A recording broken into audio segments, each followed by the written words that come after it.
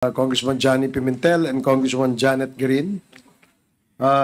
Short Are lang, you done, Congresswoman Luistro? You are okay. Sige lang, Thank you, Jinky. Congressman. Please proceed, Congressman Dan. Hindi, I was a little bit, medyo mayroong akong konting confusion about the pronouncement of the former president. And I was amazed, no? Na actually ngayon ko lang parang nakita to na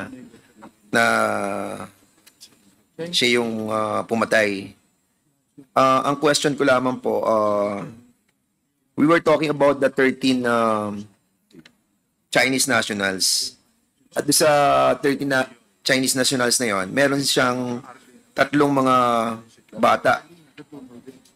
Merong 14 years old, merong 15 years old, at merong 18 years old.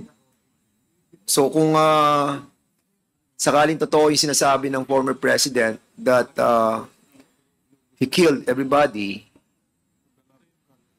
yeah, for the love of the country, involving those children, this is something that is so serious, no?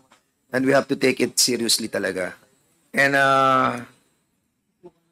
just wanted to know, asan na tong 13 taong ito? Sa ngayon, Wilkins, we don't know the whereabouts of these 13 Chinese nationals. Mr. Chair, talagang ang makakasagot nito is Bureau of Immigration. Tama yung sabi ni Congress Representative Luistro na tingnan yung travel record. Kasi talagang nirelease ng BID. It's the BID na makakasagot nito, Mr. Chair. Mas madadali